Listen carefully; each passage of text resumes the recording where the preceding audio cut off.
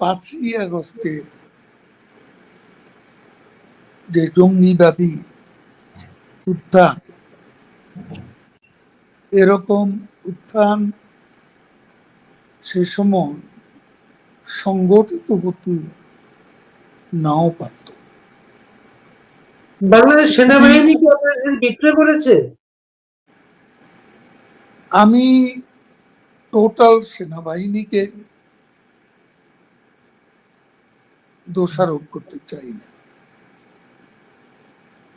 সেনাবাহিনী বিষয়টা আমরা গত 10-11 মাস ধরে আমাদের নেত্রী এবং আমরা তার সহকর্মীরা যারাই বিভিন্নভাবে বক্তব্য দিয়েছি, আমরা সেনাবাহিনীকে টাচ করিনি। তাদের ভূমিকাটা আমাদের কাছে ক্লিয়ার ছিল। আমরা তাদের নিরাপত্তা লক্ষ্য করেছি। 5ই আগস্টে যখন কারফিউ বলবৎ ছিল, তখন আমাদের কাছে মেসেজ ছিল জমায়েত না হতে। সেখানে এ কারফিউর মধ্যে এই যারা সেদিনের জঙ্গিবাদী হামলা সংগঠিত করছিল, তাদের সমর্থকরা, তাদের নেতাকর্মীরা বড় বড় মিছিল করে ঢাকা অভিমুখে সেনাবাহিনীর চোখের সামনে নাকে ডগা দিয়ে তারা বিক্ষোভ স্লোগান দিতে দিতে ঢাকামুখী অভিযাত্রা করতে থাকে। সেনাবাহিনীর সমর্থন ছাড়া এগুলো সম্ভব ছিল? এখন তো সেটাই আমরা ভাবছি।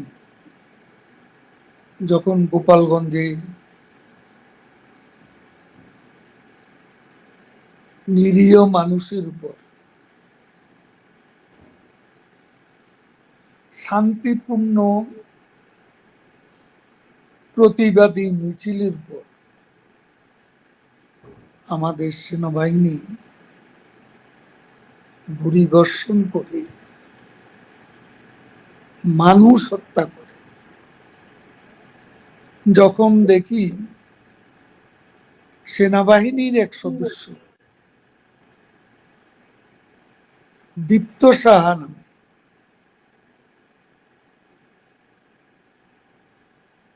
এক তরুণকে যুক্তরাষ্ট্রের জর্জ ফ্লয়েডকে যেমন করে বুটের তলায় তার গলা পিষ্ট করছিল, আর সে বলছিল আর্তনাদ করে, আই ক্যানট ব্রিথ।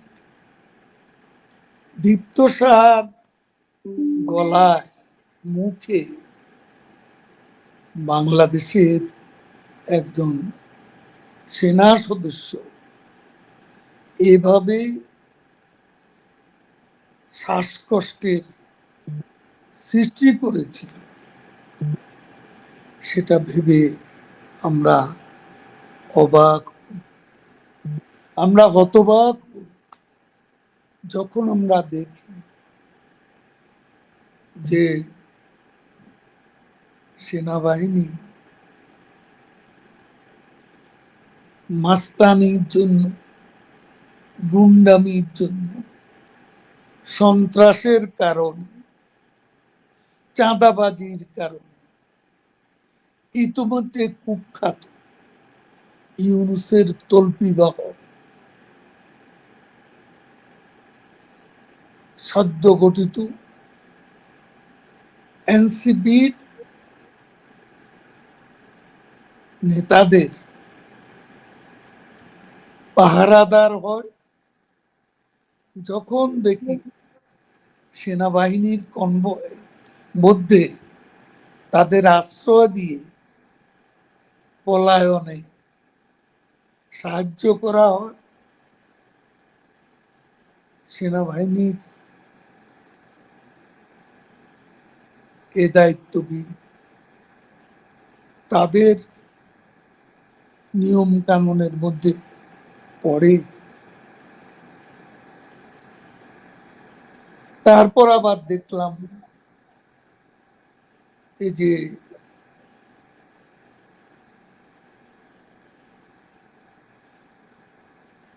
ঢাকায় ট্রেনিং বিমান বিধ্বস্ত হওয়ার পর সেনাবাহিনী যেভাবে পরিস্থিতি মোকাবিলা করেছে, এটা তখনকার পরিস্থিতির মুখে তাদের দায়িত্ব জ্ঞানহীন, কাণ্ড জ্ঞানহীন এবং একটা চরম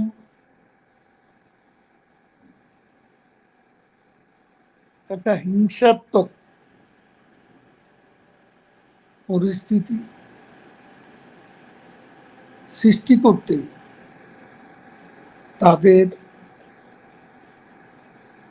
অহংবোধের যে প্রকাশ ঘটেছে সেটাও ক্ষমা করার মতো কিছু না। গোপালগঞ্জে মানুষ যেভাবে রুখে দাঁড়িয়েছে, মাইলস্টোন স্কুলের ঘটনার পরে ছাত্ররা যেভাবে রুখে দাঁড়িয়েছে, আপনি আওয়ামী লীগের দ্বিতীয় প্রধান নেতা, আপনার নোয়াখালীর অবস্থা তো খুবই করুণ। আপনি এত বড় নেতা ছিলেন, বারবার ইলেকশনে পাশ করে আসছিলেন, আপনার সেই কর্মী বাহিনী গেল কোথায়? যখন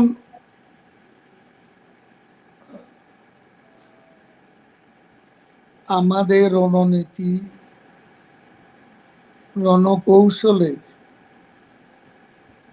অবলম্বনে আমরা যখন সত্যিকার অর্থেই আমাদের নেত্রীর ভাষা যে ম্যাস রেজিস্ট্যান্স, গণ প্রতিরোধ, আমরা ঢাকামুখী অভিযান, লং মার্চ টু যমুনা, এই এজেন্ডার বাস্তবায়ন করতে যাবে, তখন কার কতটা অংশগ্রহণ, কার কতটা প্রতিবাদী ভূমিকা, প্রতিরোধের ক্ষমতা স্পষ্ট। এখন সারা দেশেই সবাই সংগঠিত হচ্ছে। আপনার খুব আলোচিত একটা শব্দ ছিল কাউয়া। আপনি বলতেন আওয়ামী লীগে অনেক যারা সমাবেশ ঘটছে তারা ডেডিকেটেড না, এই অর্থে বলতেন আপনি। ওইটা কি আজকে বাস্তব অবস্থা দেখা দিয়েছে? দেখুন, আওয়ামী লীগ একটা মাল্টিক্লাস রাজনৈতিক প্রতিষ্ঠান। এখানে বিভিন্ন ধরনের লোক থাকে, ভালো লোক যেমন ছিল, কিছু খারাপ লোকও ছিল, এটা অস্বীকার করার কোনো উপায় নেই। জামাত শিবিরে প্রচুর লোক জামাত শিবিরে প্রচুর লোক আশ্রয় নিয়েছিল। আর সেটা হয়তো কোনো কোনো ক্ষেত্রে সে অনুপ্রবেশের বিষয়টি আমরা বুঝতে পারি, এবং 5ই আগস্টের পর এটা দিবালোকের মতো পরিষ্কার। কারণ সেদিন ছাত্রদের আবেগকে যারা পুঁজি করে জঙ্গিবাদী উত্থানের সাথে সংযুক্ত করে, তখনই তখনকার এবং আজকের এনসিপি নামের নেতৃত্ব দল, নতুন দলের ইউনূস বাহিনীর যে নেতাগুলো, এদের স্বরূপটা ইতিমধ্যেই উন্মোচিত হয়েছে। সেখানে অনুপ্রবেশকে উড়িয়ে দেওয়া যায়। আপনি ছাত্রলীগের প্রেসিডেন্ট ছিলেন, কত ত্যাগ তিতিক্ষার সংগঠন আপনার। সেই সংগঠনটায় ঢাকা ইউনিভার্সিটিতে জামাত শিবিরের লোকজন গুরুত্বপূর্ণ পদে ছিল, তারা প্রকাশ্যে বেরিয়ে এসছে, বলতে তাই হেলমেট ব্যবহার করতো তাদেরকে আড়াল করার জন্য। আর আপনাদের নামও তো হেলমেট পাই। দেখেন, এইসব বিষয়গুলো আমাদের নিজেদের মধ্যে চর্চা আছে, আত্মসমালোচনাও আছে, আনুষ্ঠানিকভাবে নয়। আমাদের মধ্যে এইসব নিয়ে আলাপ আলোচনা আছে, ভুল ত্রুটি নিয়ম কথাবার্তা আছে। এগুলো এই মুহূর্তে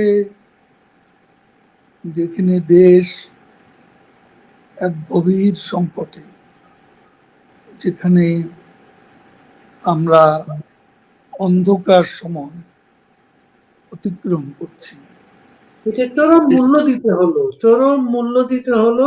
যে কথাটা বলা হয়, আওয়ামী লীগ যখন জয়ী হয়, একা জয়ী হয়, আওয়ামী লীগ যখন হেরে যায়, সারা বাংলাদেশ হেরে যায়। হ্যাঁ, এটা যিনি বলেছেন এটাও তো তার দৃষ্টিকোণ থেকে তিনি বলেছেন। তবে আমার একটা অভিজ্ঞতা হচ্ছে, পার্টির জেনারেল সেক্রেটারি হিসেবে দায়িত্ব পালনের যে অভিজ্ঞতা, আমার কাছে মনে হতো যে আওয়ামী লীগ যখন বিরোধী দলে থাকে তখন সাংগঠনিকভাবে খুব শক্তিশালী থাকে, এবং not only organised but spirited থাকে। এটা এক বছরের মধ্যে ইউনূস সরকার টের পাচ্ছে। এক বছরের মধ্যে টের পাচ্ছে তারা। ক্ষমতাসীন আওয়ামী লীগের যে দলীয় যে শক্তিটা, সেটা বিরোধী দলে যতটা শক্তিশালী থাকে ততটা শক্তিশালী থাকে না। বলেন কি প্রশ্ন? এটা প্রফেসর ইউনূস টের পাচ্ছেন। এর জন্য মাইলস্টোন স্কুলের ঘটনার পরে ওই রাজনৈতিক দলগুলোকে যেন ডাকলেন, ওইখানে আওয়ামী লীগের ভয় দেখাচ্ছেন। আওয়ামী লীগ আইলো, আওয়ামী লীগের ভয় দেখিয়ে তাদেরকে উনি সতর্ক করছেন বারবার। তিনি সতর্ক করেছেন, আওয়ামী লীগ জুজুর ভয় দেখাচ্ছেন তার মিত্রদের। তার মানে আওয়ামী লীগ আবারও গত কয়েক মাসে জানান দিচ্ছে আওয়ামী লীগ আছে, আওয়ামী লীগ থাকবে। আওয়ামী লীগের নেত্রী বঙ্গবন্ধু কন্যা শেখ হাসিনার উদাত্ত আহ্বানে মুক্তিযুদ্ধের পক্ষের শক্তিও আজ ঐক্যবদ্ধ হচ্ছে। মানুষ আজ বলতে শুরু করেছে, আওয়ামী লীগ আমলে ভালো ছিলাম, এর চেয়ে শেখ হাসিনার আমলে ভালো ছিলাম, এই যে একটা বোধোদয় মানুষের মাঝে সৃষ্টি হয়েছে, এটা কি নোবেল বিজয়ী ইউনূস সাহেব টের পাচ্ছেন না? তার সাঙ্গপাঙ্গরা কি বুঝতে পারছেন না? জাগরণ, একটা নব জাগরণ সারা বাংলাদেশে সৃষ্টি হয়েছে। আমরা তো মুসলেকা দিয়ে রাজনীতি ছেড়ে দিইনি। এখন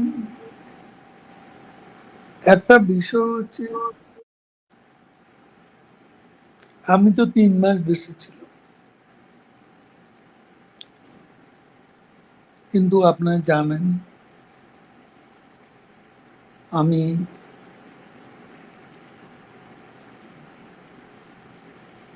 মৃত্যু থেকে একেবারে কাছে ছিলাম। যখন আমাকে অসুস্থ অবস্থায় সিঙ্গাপুর নিয়ে যাওয়া হয়, সেখানে আমার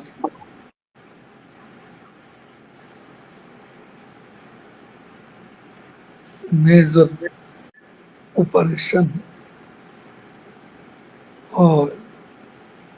এরপরে আমাকে নিয়ম কানুন মেনে চলতে হয় এবং কিছু মেডিসিন, অনেকগুলো মেডিসিন সকাল দুপুর বিকেলে রাতে